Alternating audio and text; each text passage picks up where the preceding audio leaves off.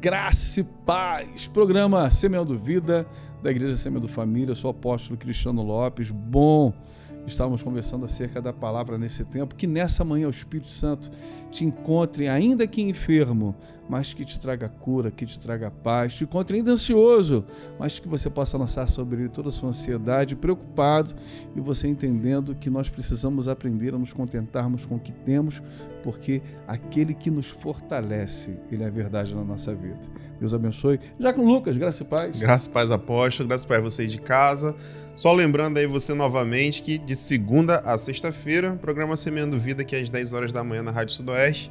E lá também no Instagram, no YouTube, no Facebook, só pesquisar lá por Semeando Família, que todos os dias a gente tem trago aí uma palavra de Deus para sua vida. Dá uma curtida, aciona o sininho. Aleluia. A pergunta, né, que a gente precisa entender nesse tempo é como a religiosidade dentro da igreja, no nosso contexto de vida, tem sido uma verdade.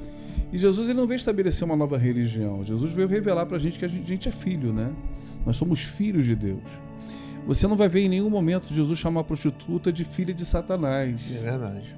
O ladrão de filho de Satanás. Você não vê o pecador, as dificuldades das classes sociais, da falta de entendimento. Você não vê Jesus em nenhum momento chamando ninguém de filho do diabo. A não ser em João 8, versículo 44, ele diz assim: vós sois do diabo, que é o vosso pai, e quereis satisfazer-lhes os desejos. Foi homicida desde o princípio, jamais se afirmou na verdade, porque nele não há verdade. Quando ele profere mentira, fala do que lhe é próprio, porque ele é mentiroso e pai da mentira. Ele confronta aqui algumas pessoas, dizendo: vós sois do diabo, e o diabo é o vosso pai. Por quê? Porque é mentiroso. Hoje, infelizmente, as pessoas estão trazendo, né, um tipo de comportamento onde a pessoa não fala a verdade em si no contexto, mas transfigura aquela verdade de alguma forma, enfeita de uma forma. Ou né? fala o que você quer ouvir para se ganhar algo em troca, né? Lucas, isso é bem complicado. Talvez o mentiroso, né, ele talvez não tenha entendido, né? Que talvez talvez não, a Bíblia diz isso, ele é filho do diabo. Por quê? Porque a mentira está nele, porque não há verdade nele. Ainda que se construa, porque tem gente que faz isso, constrói dentro de si um lugarzinho para que aquela verdade, aquela mentira se torne até a verdade para ele, né?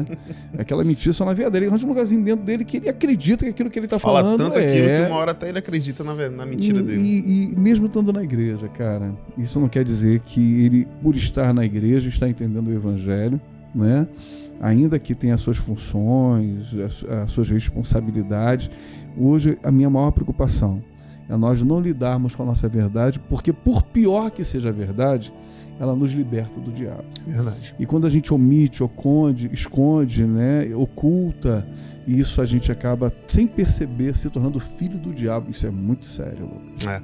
Nos nossos relacionamentos hoje em dia, a gente vê muitas pessoas que preferem mentir para, entre aspas, não magoar a pessoa, do que ser alguém verdadeiro e talvez trazer algum tipo de desconforto naquele relacionamento, né? A gente vê isso em todas as esferas da sociedade, seja dentro da igreja, fora da igreja, mas é algo que as pessoas que vivem esse evangelho já tinham que entender isso, né?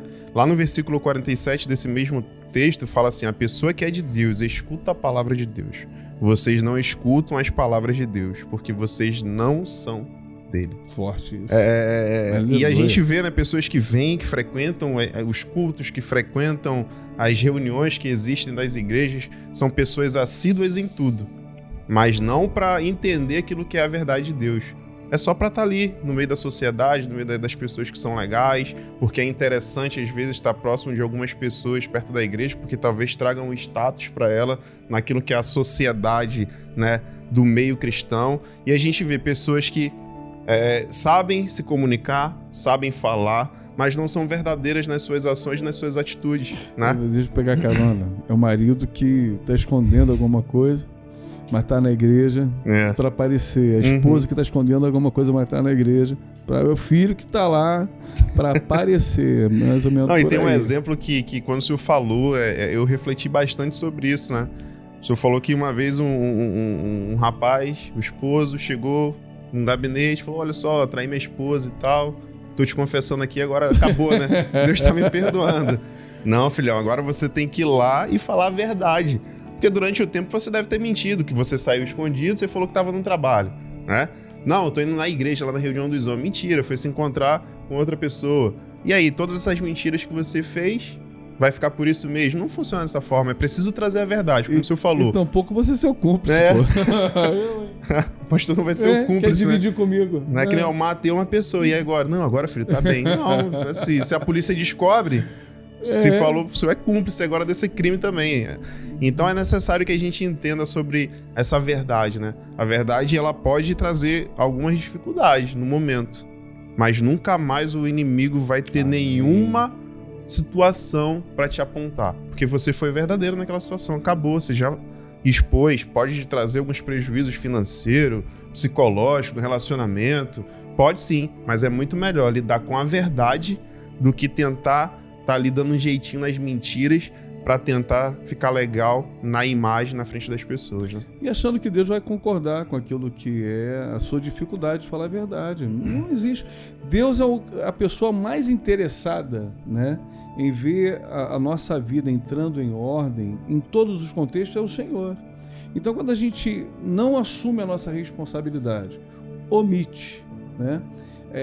A Bíblia fala isso ainda, né? Jesus, ele confrontando, dizendo que as pessoas estão indo de mar a mar, né? Se preocupando, os religiosos, em fazer um prosélito, aquele que muda de religião. E, na verdade, está fazendo com que aquela pessoa, muitas vezes, se torne 2 vezes mais filhos do inferno do que eles já são. Quando a gente vê um monte de gente interessada em trazer a pessoa para aquilo que seria... o contexto de altar, de trabalho, das ações, né, da igreja, ações, né? Porque canta bem, porque tem um bom dízimo e tantas outras construções, né? Seus talentos, etc. Mas não se sabe a verdade dentro daquela pessoa. E talvez por conta dessa questão da gente ter bastante discípulo, bastante seguidor, a igreja está lotada, né? A gente esteja fazendo muito mais pessoas 2 vezes filhos do inferno do que aquela pessoa que está reverberando isso. Se não houver essa metanoia, né, essa mudança do pensamento, não vai adiantar de nada, vai acontecer isso, né? Isso me lembra quando meu filho se decidiu em batizar. Acho que ele completou os 12 anos, falou, não, eu quero me batizar. E aí frequentou as escolas, tudo certinho, e aí estava apto para ser batizado. E aí eu sentei e conversei com ele. Para que participar de qualquer ação dentro da nossa igreja hoje, é necessário que essa pessoa esteja batizada e tal. E eu e minha esposa sempre fomos envolvidos em todas as situações da igreja, naquilo que é o trabalho, né, nas situações de ações dentro da igreja. E aí eu perguntei a ele, você quer se batizar porque você entendeu quem é Cristo e o que ele fez por nós, ou você quer se batizar para você poder participar das ações? E ele parou e refletiu que ele estava querendo apenas participar. Ele não tinha entendido ainda realmente o que era e para onde que tinha que ir, o que era realmente o batismo. E aí eu conversei com ele, expliquei e ele teve essa mudança de mente. Mas às vezes a gente não vai lá, batiza logo lá para poder você participar, para poder você cantar, para poder você você falar bem, você vai ser um líder legal, um líder de célula, um pastor. Então batiza logo aí pra gente poder te usar naquilo que são as ações. E Cristo, ele não quer te usar, ele quer te tornar um filho dele. Aleluia. Com essa mudança de mente. Que nós, nessa manhã, possamos refletir na verdade que é o Evangelho que nos liberta, né? A primeira coisa que o Evangelho fez na minha vida foi trazer libertação das minhas mentiras.